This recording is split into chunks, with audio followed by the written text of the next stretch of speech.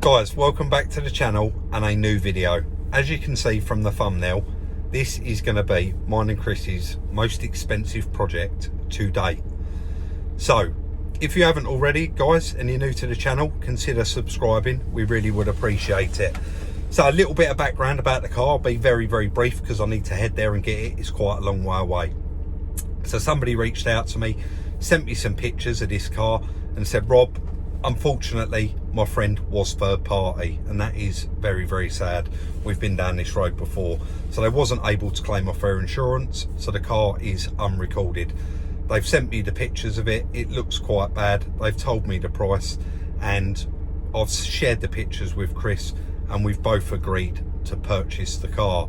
So I'm going to head off and get the car picked up, but I'm now going to include the pictures that I received, and I bought the car based on these pictures. Please drop it now in the comment section. Would you have bought this car based on these pictures you're about to see? Enjoy.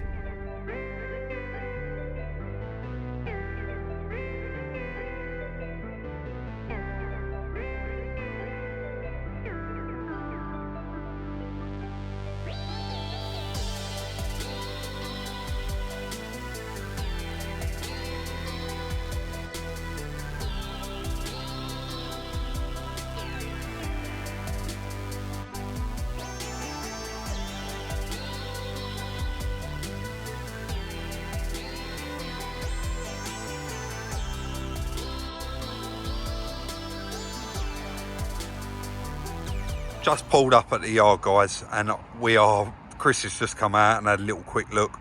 We're really happy with it. It's unrecorded. It was a great price, and it's actually a 2015 65 reg car, this.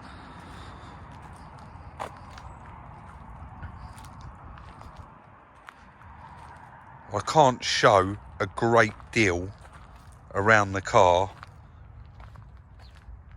with it being on the back of the truck. So what I'll probably do is we'll get it in the yard, unload it off the back of the trucks. We do need to try and get those windows shut, get some power to it, and do a bit of an assessment. Let's get it in the yard and get it unloaded first.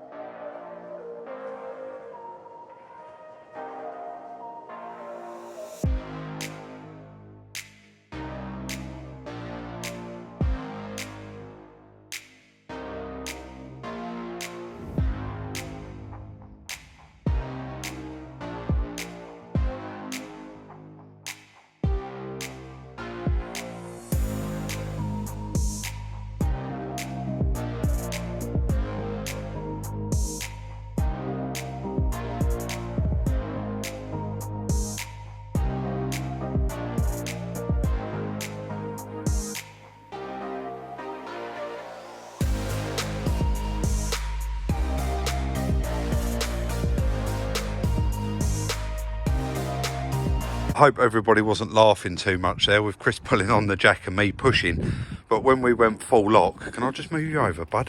When we went full lock, that wheel was hitting on the washer bottle there, so we couldn't steer the car at all. That's as far as it could go. We had to straighten it up. Chris is just whipping the bonnet off. I've unloaded quite a lot of the stuff out the back of it. I was going to pull the seats forward. We've not done one of these before, so I didn't have the batteries in the boot, but the seat belts have actually gone off, so we can't get the seats forward anyway. But Chris has just found the battery cover, so we're going to whip that bonnet off, try and find the battery, get to that pyro fuse and get a bit of power to it so that we can do those windows up, and then we'll have a proper look round it.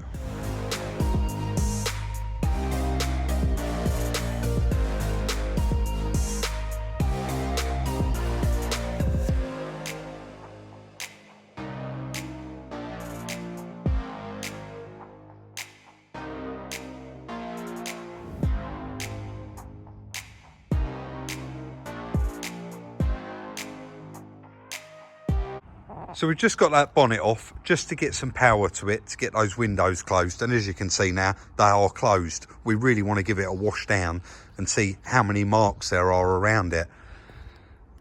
This earth lead here had actually been removed. It still is slightly. I've just wound it on by hand just so that we can get the windows up, check the mileage, that sort of thing. But Chris just said, Rob, stand back and show it on camera. And I'm going to try and show it the best I can. It's probably a bit too far, that.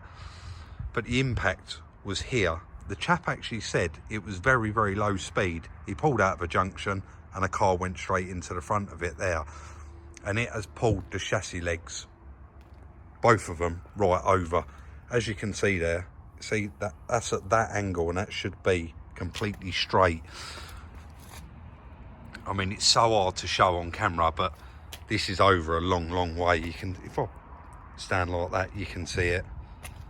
And this one here, obviously, you can see it looks straight about there, and then it's pulled off the mount there and bent this chassis leg round as well. The alternator seems to have took the brunt of it, but the belt is loose there, so that's broken off. So we're not going to be trying to start the engine or anything like that. And doing a repair like this, we are going to have to get in touch with Celette and actually order a set of brackets to hire to go onto the jig, because this needs to go, this is going to have the engine removed, gearbox removed, and all go on and be proper lined up. So it's quite a lot of work, but like I said previously in the video, it is unrecorded, so it's well worth doing. I am going to give it a bit of a clean down, and then we'll jump inside and have a look. The airbags have all gone off inside it. We did just notice when we connected it up, it's got the electric tailgate, which is nice. I don't know if they've all got that. I know our car at home has, but it's not a Mercedes, so it's really, really nice feature that. I do like it. I will just briefly show you inside here. I mean, we've got the curtain airbag in the way, so I need to cut that out. And then in the front, we've got the knee bag and the steering wheel airbag, and the passenger airbag's gone as well. But we did just peek in here. It's gone off now. I think I need the key, but it's done 40 odd thousand miles, which is lovely. It is a 65. So anyway, I won't waffle on too much. Let's get it all cleaned up, and then what we plan on doing is a full assessment and a list of parts we need to start getting for this car. We're going to need to order those brackets. They're going to take a while to come, so we can crack on and start finding the pieces to put this car back together.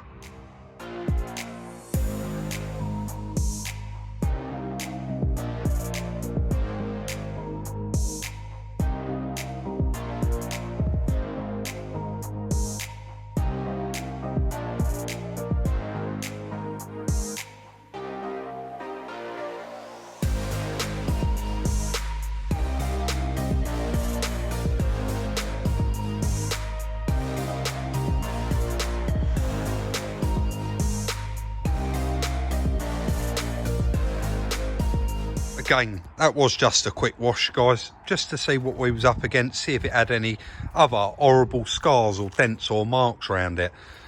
While I'm walking around the car, don't forget, if you haven't already, consider subscribing, and do give the video a thumbs up if you enjoy it. We really appreciate it. It has all come up quite nice. You can see bits where I've missed there. I didn't go too mad on it, and there as well. God, I must have had my eyes shut. But it's quite a nice car, but it's not without its little marks and dinks. There's quite a lot of bush scratching down here. Let's try and get a bit closer. You can actually see that.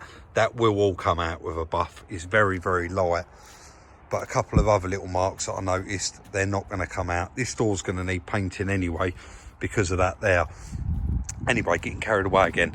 We have just had a bit of an assessment of it, and I mean, I've started looking on the internet. I do trail through eBay looking for bits, but if anybody out there has got any bits for this car, or knows anybody that has got any bits, it's a 2015 GLA 200, and it's the AMG. It's not an AMG, it's the, I can't think what they call it now, but I'll try and remember and stick it in the end of the video. But it's not an AMG, but it's got like all AMG bits on it. So we need a full airbag kit for it, including seat belts, curtain airbag for this side, but it'll probably come as a great big kit. And we need everything across the front. We're not too sure about this front wing just yet, but possibly need that anyway. So let's say 2 front wings, bonnet hinges, front panel, crash bar, front bumper, headlights. You know, you get the gist of it. We need everything across the front of the car. But what do you think of it? Obviously, we can't do the numbers right till the end because it'd just ruin it. But We think it was reasonably priced, but it is going to be very, very expensive to repair it, and it's going to be a lot of work.